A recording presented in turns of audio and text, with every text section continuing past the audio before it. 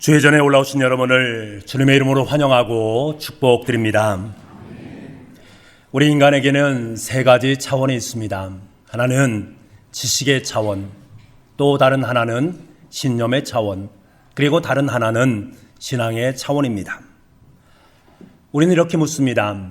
하나님의 아들은 누구냐? 라고 물으면 예수님이라고 답변을 합니다. 여러분, 이것이 바로 지식의 차원입니다. 그런데 우리가 예수님이라고 정답을 말했지만 과연 그를 진정한 그리스도인이라고 말을 할 수 있을까? 그렇지는 않습니다.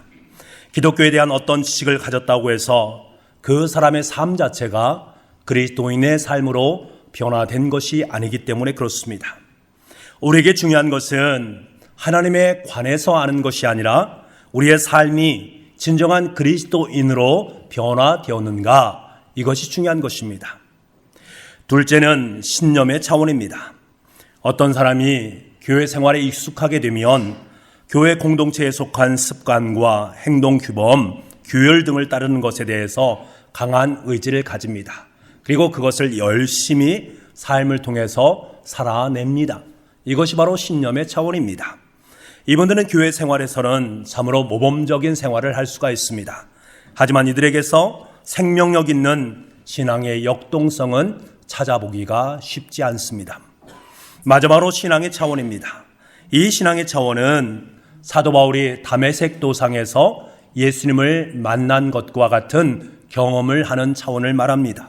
그동안 지식과 신념으로만 주님을 알았었는데 그것만 가지고 안 된다라는 거예요. 그래서 예수님을 인격적으로 만나는 과정을 통해서 내 삶이 바로 그리스도께서 원하시는 삶으로 변화되는 것, 이것이 바로 신앙의 차원입니다. 이 삶 속에서는요, 내 삶의 신앙의 축이 바뀌게 됩니다. 그동안 내가 살았던 나의 중심에서 예수님 중심으로 삶의 축이 바뀌어지게 됩니다. 그러므로 이제는 내 마음 중심 속에 성령님께서 역사하시고 성령님께서 이끌어주시는 삶을 따라서 하루하루 인생을 살아가게 됩니다. 여러분, 진정한 그리스도인은 바로 이 신앙적 차원을 경험하는 사람입니다. 우리가 그리스도인으로 살아간다라는 것은 예수님을 지식과 신념으로 섬기는 것이 아니라 인격적으로 예수님을 만남으로 말미암아 내 삶이 온통 예수님으로 가득 찬 인생으로 바뀌는 것입니다. 우리가 지식적으로 예수님을 알고 신념적으로 주님을 모신다고 해서 그의 중심이 바뀌는가? 아닙니다. 반드시 신앙적인 체험을 통해서 주님을 인격적으로 만나는 경험을 동반할 때에 진정한 그리스도인으로 성장할 수 있습니다. 원래 이 신앙의 원 자체가 그래도 나의 심장을 바칩니다 라는 뜻을 갖고 있습니다.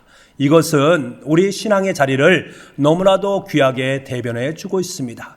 우리의 신앙의 자리는요, 지식과 신념이 있는 머리가 우리의 신앙의 중심이 아니다라는 것입니다. 내 마음, 이 마음이 신앙의 중심이다라는 거예요. 다시 말하면 지식과 신념으로 우리가 하나님을 섬기는 것이 아니라 마음속으로 주님을 모시는 신앙을 통해서 우리가 주님을 섬기는 것이다 라는 거지요. 그러하기 때문에 우리가 신앙생활을 한다라는 것은 나의 마음을 하나님께 바칠 수 있도록 나의 삶을 신지식과 신념을 넘어선 신앙으로 엮어가는 성화의 과정이다라고 말할 수 있습니다. 오늘 본문의 말씀을 통해서 예수님을 지식과 신념으로 만났던 무리들의 모습을 우리는 만나게 됩니다. 그리고 반면에 예수님을 인격적으로 만났던 한 어린 아이를 우리는 만나게 됩니다. 이들의 만남을 통해서 우리 삶의 신앙의 자리를 다시 한번 점검할 수 있는 시간 되어질 수 있기를 원합니다. 더 나아가서 지식과 신념으로 그리고 신앙을 함께 겸비한 전인적인 그리스도인으로 성장할 것을 결단할 수 있는 이 시간 되어줄 수 있기를 원합니다. 오늘 본문 말씀에 의하면 주님 앞에 무려 5,000명이나 되는 장정들이 운집해 있습니다. 어린아이와 우리 여자를 포함한다면 최소한 1만 명 이상에 되는 많은 사람들이 운집해 있습니다. 이들은 대부분 경제적으로 참으로 어려운 사람들이었습니다. 가난한 갈릴리의 여러 고을에서 모여든 빈민들이었습니다. 이 많은 사람 중에서 먹을 것이라고는 보리떡 5개와 생선 2마리를 가지고 있는 어린 아이 1명뿐이었습니다. 그것도 이 어린 아이 한 초등학교 정도 되어지는 어린아이가 가지고 있는 그것이 전부였습니다. 이 어린아이가 자신이 가지고 있는 전부를 예수님께 드렸고 주님은 그것으로 말미암아서 배불리 사람들이 먹을 수 있도록 많은 음식을 장만하셨습니다. 그래서 모두가 실컷 먹고도 12바구니가 넘는 많은 것들을 남겨놓으셨습니다. 우리는 이것을 오병이어의 기적이라고 말을 합니다. 이 엄청난 기적을 맛본 사람들, 그 사람들의 삶의 모습이 어떠한가? 그들은 예수님을 뭐라고 말하는가? 우리 14절 말씀에 보니까 이는 참으로 세상에 오실 그 선지자라고 말하고 있습니다.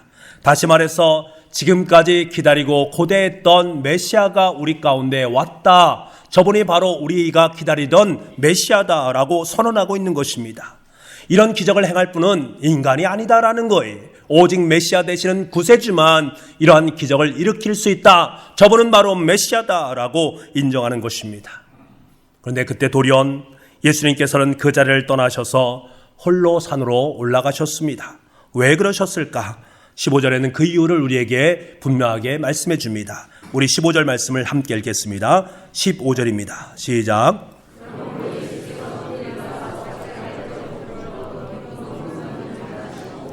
다시 혼자 산으로 떠나가시니라. 아멘. 오병이어의 기적을 경험했던 군중들은 예수님께서 메시아라는 사실을 확인하자마자 곧바로 그들이 왕으로 옹립하고자 했습니다. 그 이유가 무엇일까? 오병이어의 기적을 왜곡했기 때문에 그렇습니다.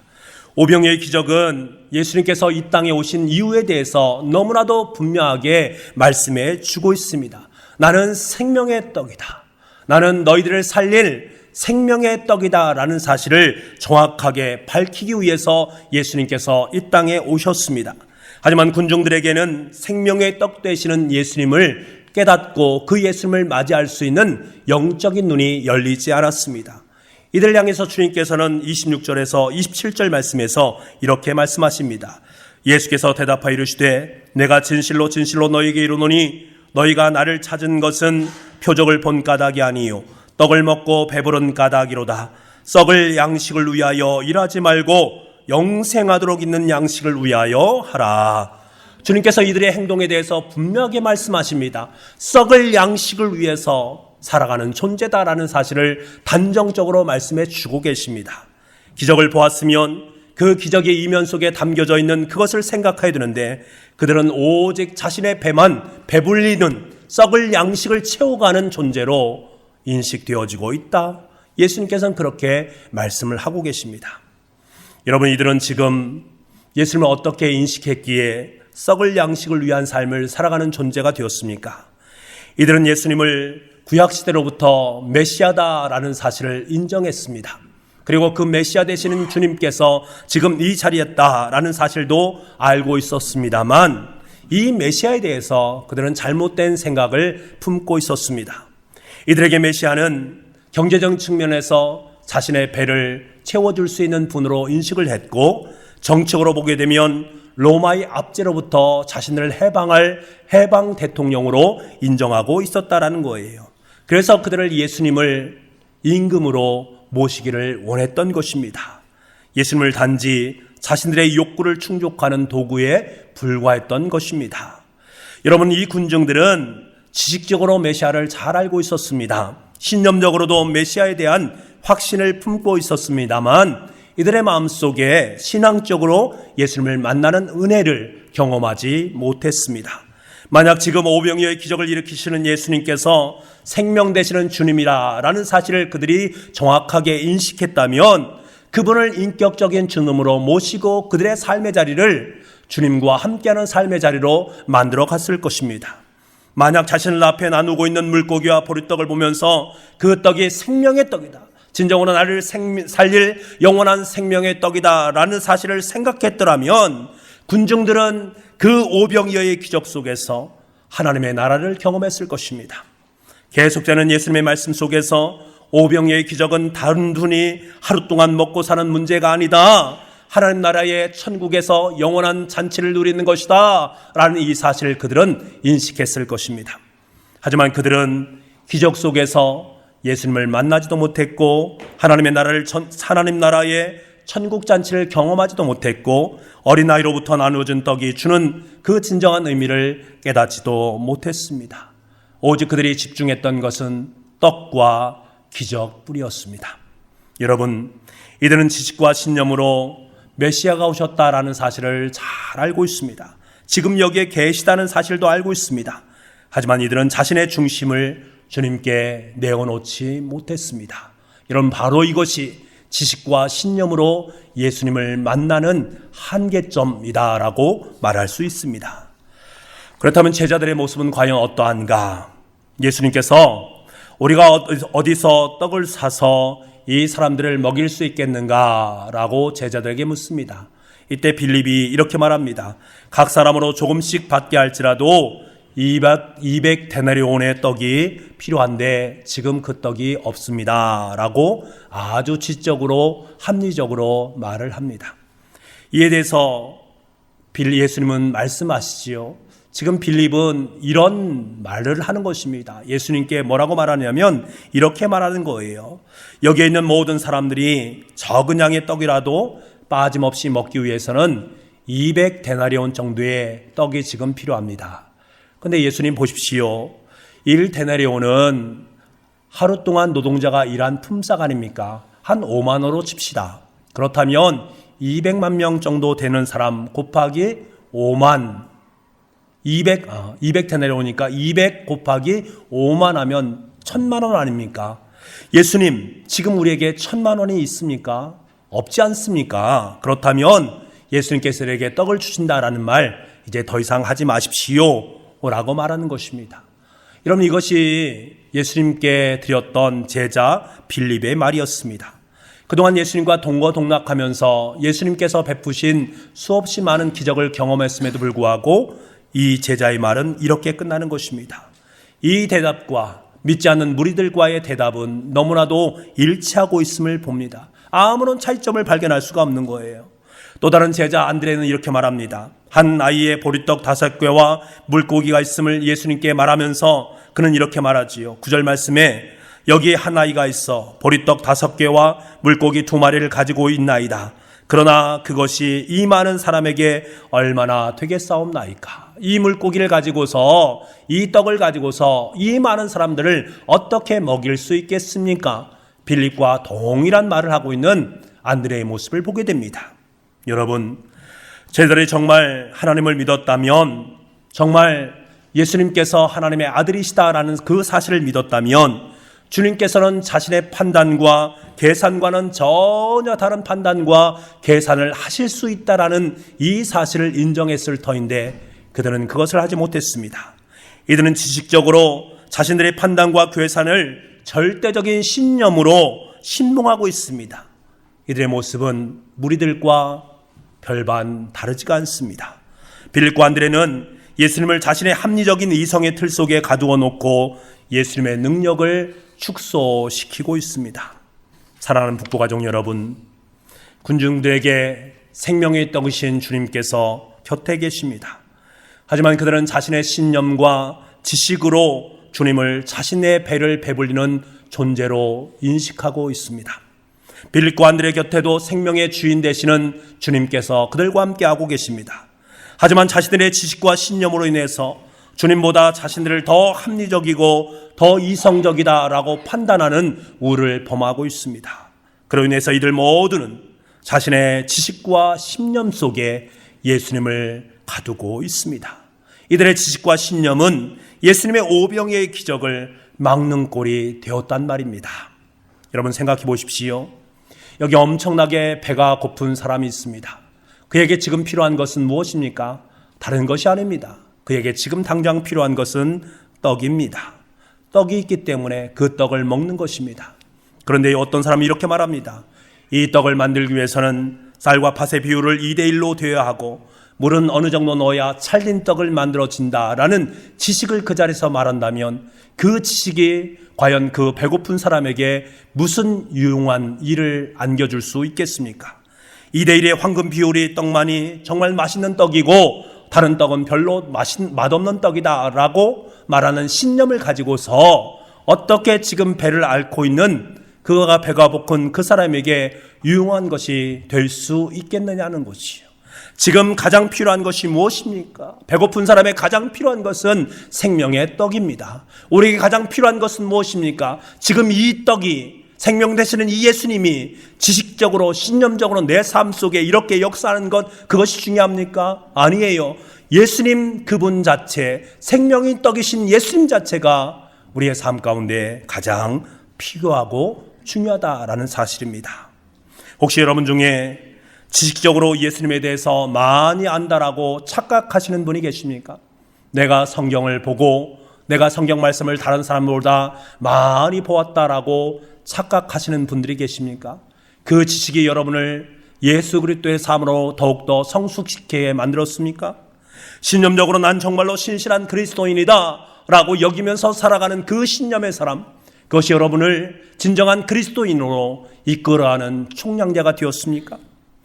여러분, 혹시 나 자신의 지식과 신념으로 주님의 기적을 막은 적은 없습니까? 나는 하나님을 잘 알고 하나님을 신념적으로 잘 섬긴다고 하고 있지만 이것으로 말미암아 하나님의 오병이어의 기적 역사를 막는 우리의 모습은 없었습니까? 아무리 많은 지식, 아무리 위대한 신념, 이것은 분명한 한계점이 있습니다. 이것이 오병이어의 기적을 낳을 수 없다라는 사실입니다. 여러분이 아무리 많은 지식, 정말로 위대한 신념을 가지고 있다 하더라도 이것은 여러분의 인생을 변화시키는 가장 중요한 통로가 되지 못한다라는 사실을 꼭 기억할 수 있어야 됩니다. 그렇다면 무엇이 오병이어의 기적을 낳을 수 있을까? 이제 지식과 신념을 뛰어넘는 예수님을 인격적으로 만남으로 말미암아 놀라운 기적의 역사를 이룬 어린 아이 하나를 만나기를 원합니다. 여러분 한번 생각해 보십시오. 한 어린 아이가 하루 종일 예수님의 말씀을 듣고 배가 너무 고픈 상태 속에 있습니다. 그런데 자기가 지금 가지고 있는데 이것을 먹기에도 모자란 물고기 2마리와 보리떡 5개를 갖고 있습니다.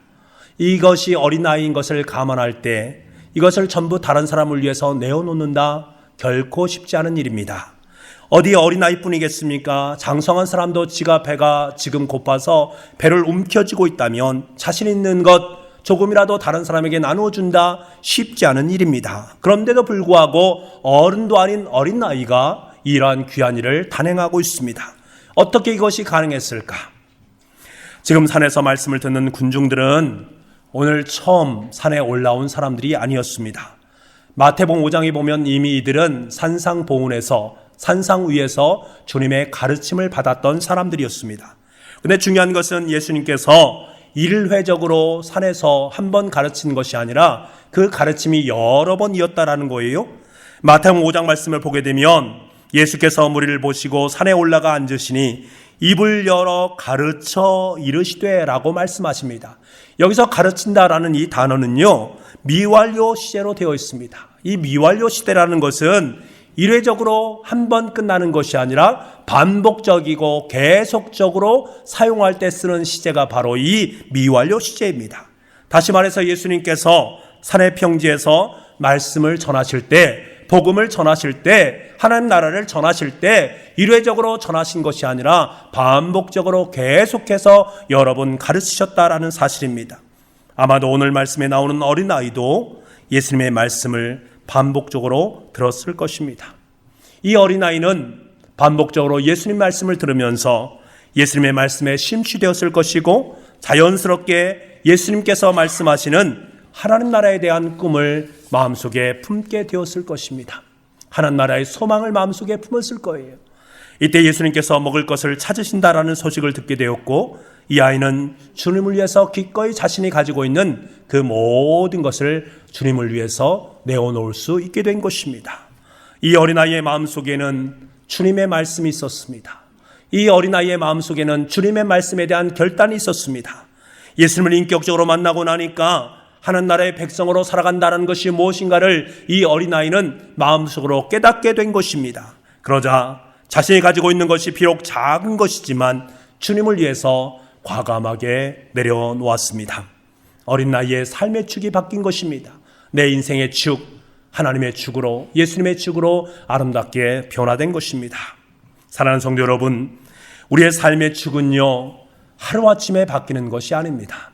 계속적이고 반복적인 예수님의 말씀을 통해서 예수님을 인격적으로 반복적으로 만남으로 말미암아서 형성되는 것이 우리 인생의 축입니다. 그래서 우리가 계속적으로 하나님의 말씀 앞에 서야 되고 계속적으로 주일에 예배 가운데 임해야 되는 이유가 바로 여기에 있는 것입니다. 계속적으로 말씀 앞에 서서 성령을 통해서 내 삶의 중심의 축을 내 삶에서 예수 그리스도의 축으로 점점 이동시켜 가야만 합니다. 계속적으로 예배를 통해서 주님께서 들려주시는 산상의 말씀을 통해서 내 삶 속에 오병이의 기적의 역사를 맛볼 수 있어야 되는 것입니다.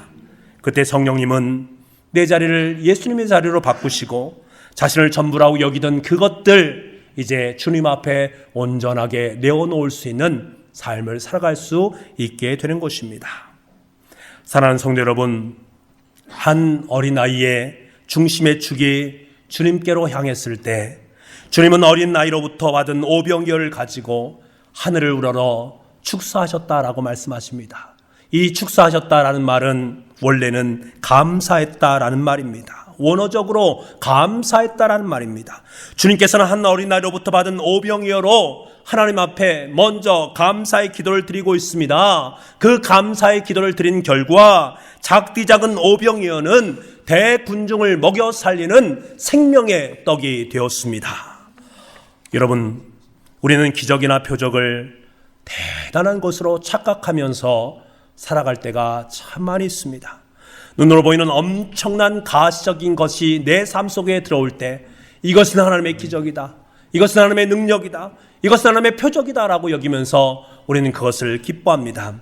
하지만 여러분, 기적은 하늘을 우러러 하나님 앞에 작디 작은 오병이어를 가지고 감사의 기도를 드리는 것에서부터 시작된다라는 사실을 꼭 기억하십시오.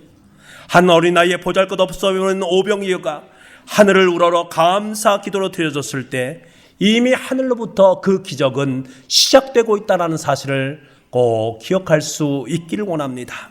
다시 말해서 한 사람의 삶이 변화되어서 주님을 향한 신앙의 체계를 구축하는 것이 기적의 시작이요 가장 위대한 기적이다라는 사실입니다.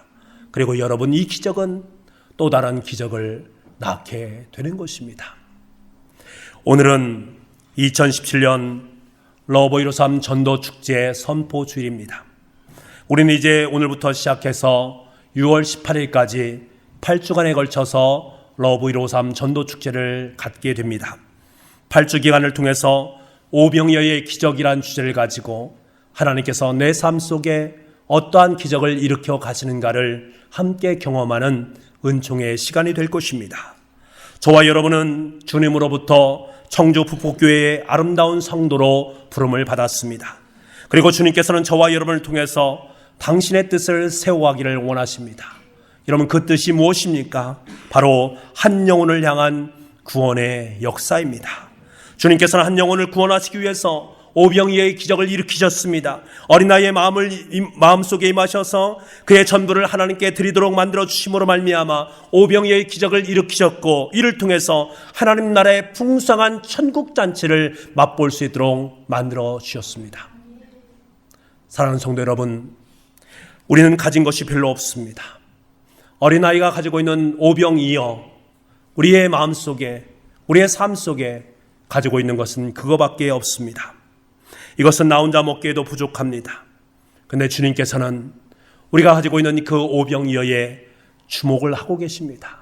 그리고 그것이 주님께로 올려지기를 원하시고 계십니다.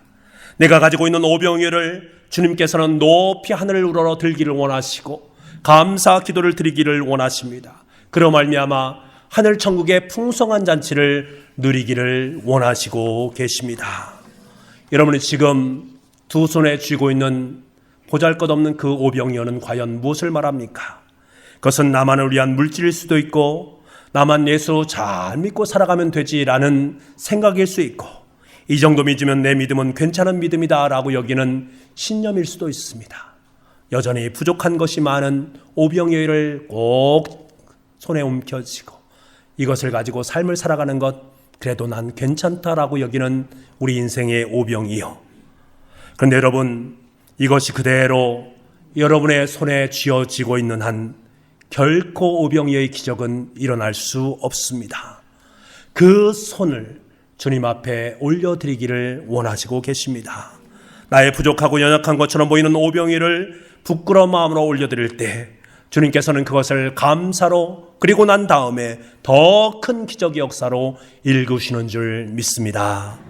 사랑하는 성도 여러분, 우리의 가정에는 여전히 예수님을 믿지 못하는 가정 식구들이 계십니다. 우리의 직장에는 여전히 예수님을 알지 못하는 분들이 계십니다. 이 청주 지역에는 여전히 죄의 노예가 되어서 세상의 풍조를 따라 살아가는 수없이 많은 성도들이 있습니다. 사람들이 있습니다. 주님께서는 이들을 바라보고 계십니다. 이들을 구원하시기 위해 주님께서는 저와 여러분을 인격적으로 만나 주신 거예요. 이제 인격적으로 주님을 만나는 우리는 내가 어떻게 삶을 살아가야 되는지, 무엇을 해야 되는지 명확하게 주님께서 우리의 마음속에 비전을 주셨다라는 것입니다. 오병이의 기적을 미리 맛보게 만들어 주심으로 말미암아 내 삶의 사명이 무엇이고 내가 어떻게 살아가야 되는지 그 사실을 너무나도 명확하게 말씀해 주셨다라는 거예요. 이 사실을 아신 하나님께서는, 주님께서는 저와 여러분의 손에 들려있는 오병이어를 주목하고 계시다라는 거예요. 이제 그것을 받으시길 원하고 계십니다. 이제는 내 손에 움켜쥐고 있는 오병이어를 주님의 손에 올려드릴 수 있는 저와 여러분 될 수 있기를 원합니다. 주님께서 역사하시는 오병이어의 기적을 함께 경험할 수 있는 은혜의 잔치가 있기를 원합니다. 그리고 이 오병이어의 기적의 현장에 죽어가는 영혼들을 초청할 수 있는 저와 여러분이 되기를 원합니다. 그들에게 생명의 떡 되시는 주님을 만날 수 있는 그런 만남을 주선할 수 있는 저와 여러분 될 수 있기를 원합니다. 이제 8주 기간 동안에 우리는 함께 기도할 것이고 함께 전도할 것입니다. 내 손에 들려있는 오병이어의 기적을 통해 맛본 이 생명의 떡을 이제 들고 믿지 않는 영혼들을 향해서 그 생명의 떡을 함께 나누게 될 것입니다. 저와 여러분이 나눈 생명의 떡을 먹고 그들 또한 오병이어의 기적의 현장, 천국잔치의 현장으로 초청받게 되어줄 줄 믿습니다. 그로 말미암아 그들의 삶 속에 주님을 영접하고 함께 천국의 기쁨을 누리는 은혜가 있는 줄 믿습니다.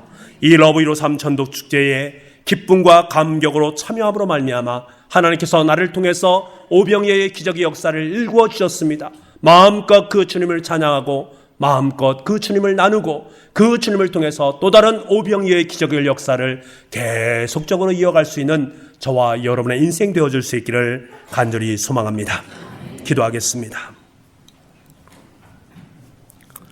하나님 아버지, 우리 손이 여전히 부족한 것이 많이 있는 오병이어를 꼭 쥐고 있습니다.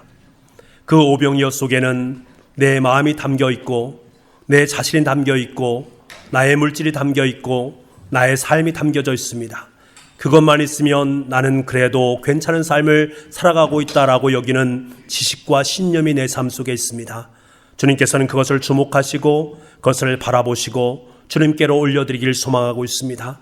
하나님 아버지, 내 삶의 오병이어를 주님 앞에 내어 맡길 수 있게 주님 도와주옵소서. 주님께서는 그것을 들어서 감사의 기도를 하나님께 올려드리고 우리의 삶의 현장을 천국잔치로 아름답게 만들어 주실 줄 믿습니다. 그 속에서 생명의 떡을 맛본 우리는 이제 그 생명의 떡을 들고 세상으로 나아갈 수 있기를 원합니다. 생명의 떡을 맛보지 못한 우리의 가족들, 여전히 삶의 중심을 찾지 못한 우리의 이웃들, 하나님을 깨닫지 못하고 알지 못함으로 말미암아 세상 풍조를 따라 사단의 세력 가운데 함몰되어 있는 이 세상에 믿지 않은 영혼들, 그들에게 주님의 생명의 떡을 나눔으로 말미암아 하나님의 천국 잔치를 함께 누릴 수 있는 기쁨이 우리 가운데 있게 하여 주옵소서. 바로 러브153 전도축제가 그러한 은혜의 시간 될 수 있게 도와주시고 내 마음에 전도에 대한 열정을 다시금 회복할 수 있는 은혜의 시간 될 수 있도록 주님 은총 베풀어 주옵소서. 모든 말씀을 예수님의 이름으로 기도하옵나이다. 아멘.